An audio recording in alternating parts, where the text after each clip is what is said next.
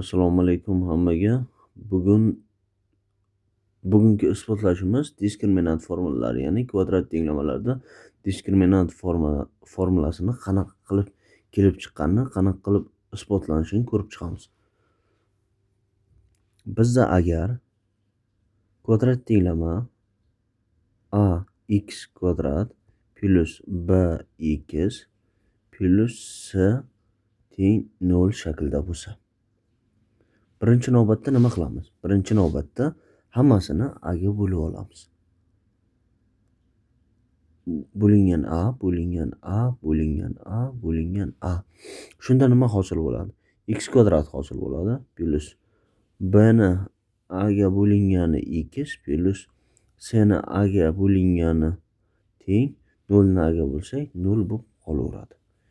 Endi kvadrat ko'rinishiga keltirib olamiz, formula ko'rinishiga keltirib olamiz. Formulani qanaqadir x plus nimadir kvadratiga olib kelib olishimiz uchun bizga har doim formulada 2 bo'lish kerak.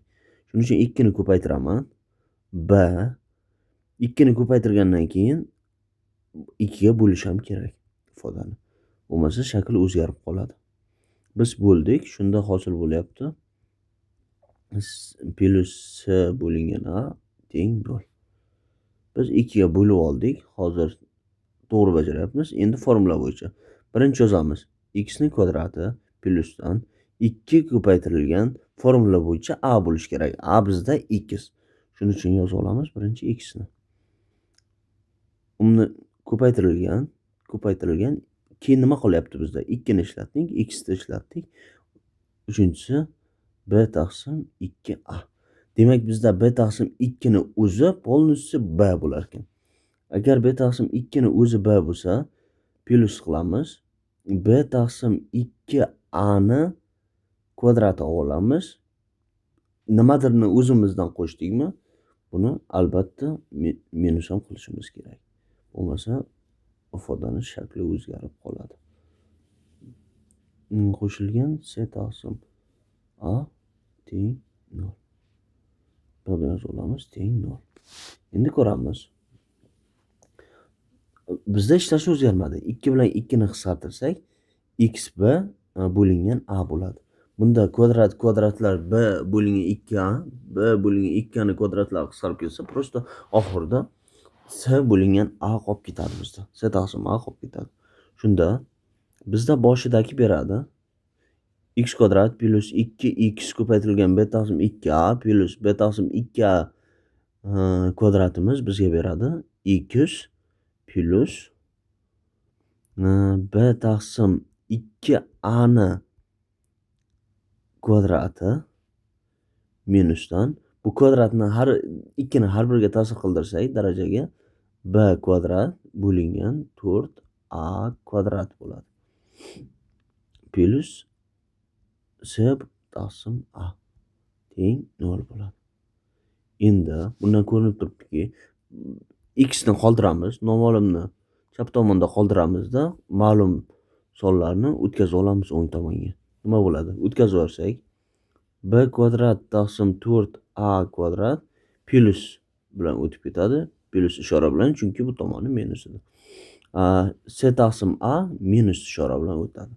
Endi bizga общий makhraj berishimiz kerak, umumiy makhraj berishimiz kerak. Umumiy makhraj 4a kvadrat bo'ladi. 4a kvadrat bo'lish uchun bu tomonga 4a ni berishim kerak bo'ladi.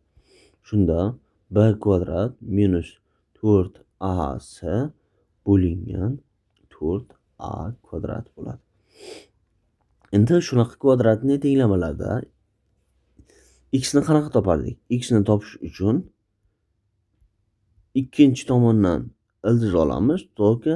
Faqat plus minus ildiz